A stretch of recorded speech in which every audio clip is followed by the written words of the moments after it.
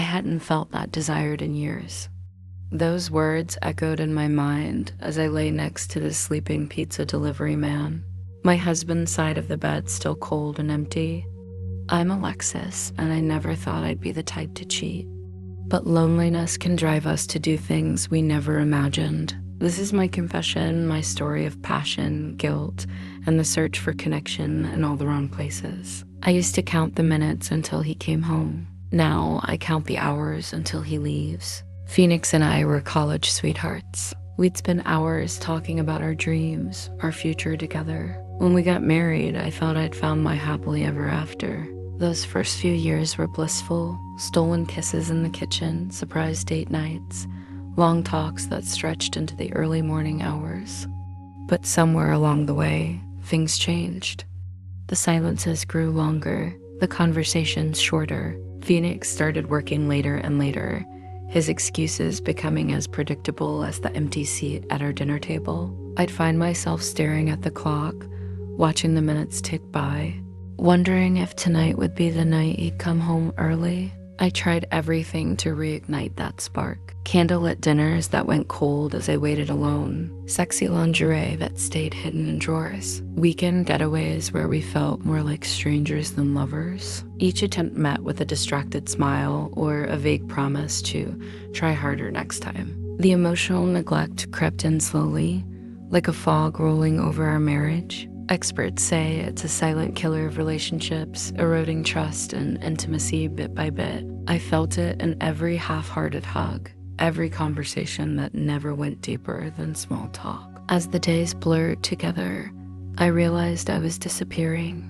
My thoughts, my feelings, my very presence in our home seemed to go unnoticed. I'd walk into a room and Phoenix wouldn't even look up from his phone. I became a ghost in my own life, drifting through our house, leaving no trace. One night, as I sat alone in our living room, the truth hit me like a punch to the gut. I had become invisible in my own home, but invisibility, I learned, can make you bold. Have you ever felt so starved for attention that you'd risk everything for just a taste? That's exactly where I found myself on a night that started with a simple craving for pizza and ended with an appetite for something far more dangerous. The doorbell rang, and suddenly, my heart was racing. It wasn't the pizza I was hungry for. I opened the door to find a man in his early 50s, his salt and pepper hair framing a face marked by laugh lines and experience. He smiled, and for the first time in months, I felt seen. As he handed me the pizza, our fingers brushed. That fleeting touch sent electricity through my body,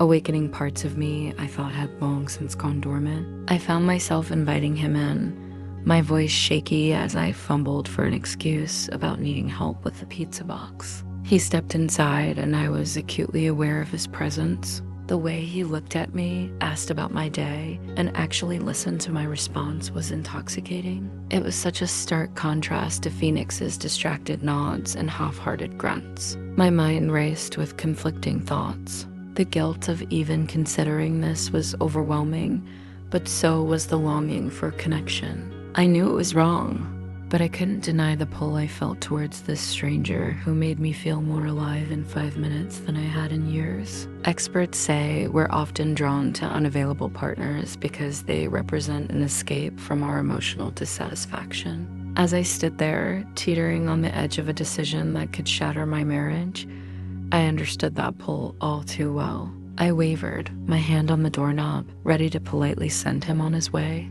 But then I caught my reflection in the hallway mirror. A woman I barely recognized, starved for affection and connection. In that moment, my desperation outweighed my conscience dot as I closed the door behind him. I knew I was opening another I might never be able to shut. His touch ignited something in me I thought had died years ago. We stood in my kitchen, the pizza box forgotten on the counter.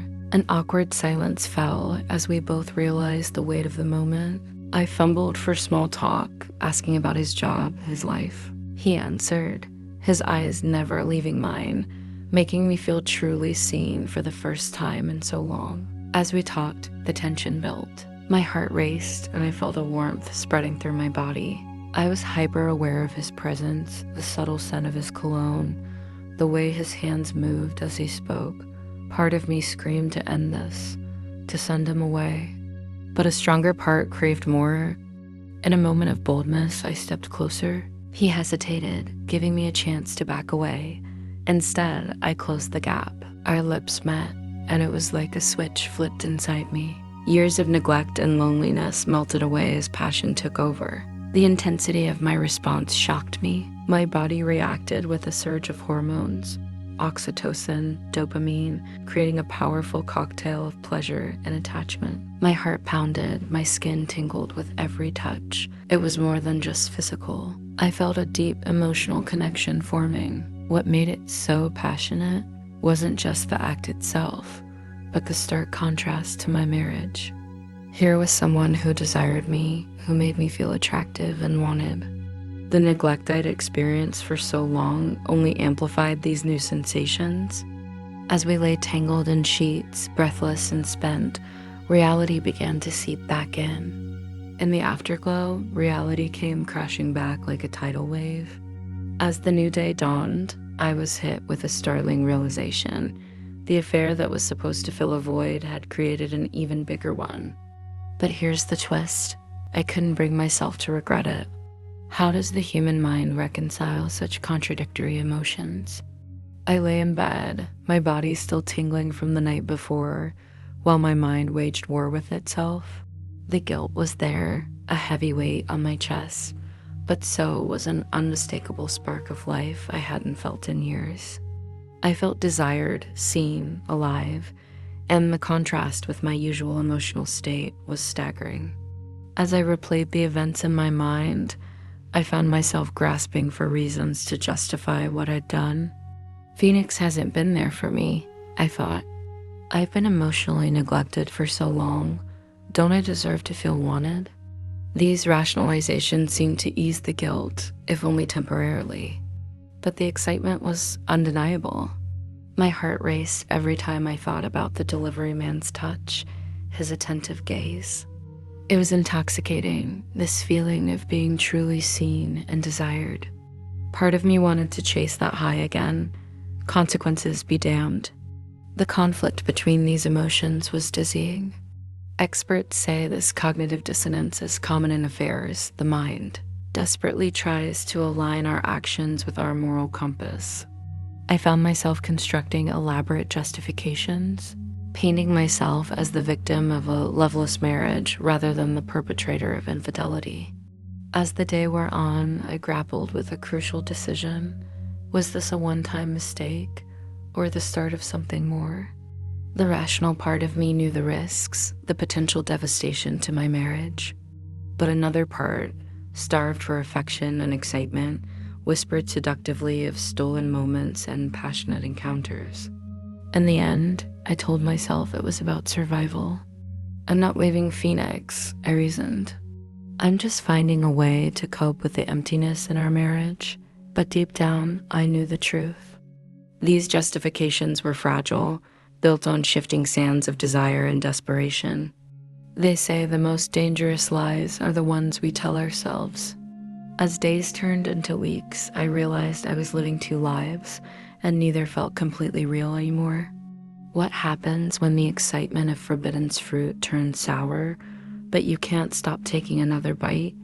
The affair intensified, consuming my thoughts and time.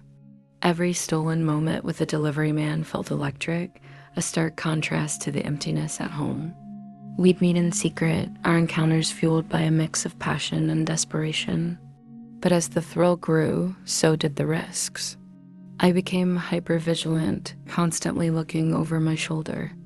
Every unexpected noise made me jump. Every late night at work for Phoenix sparked paranoid theories. The stress was overwhelming. I'd wake up in cold sweats, convinced I'd called out the wrong name in my sleep. The emotional toll was even worse.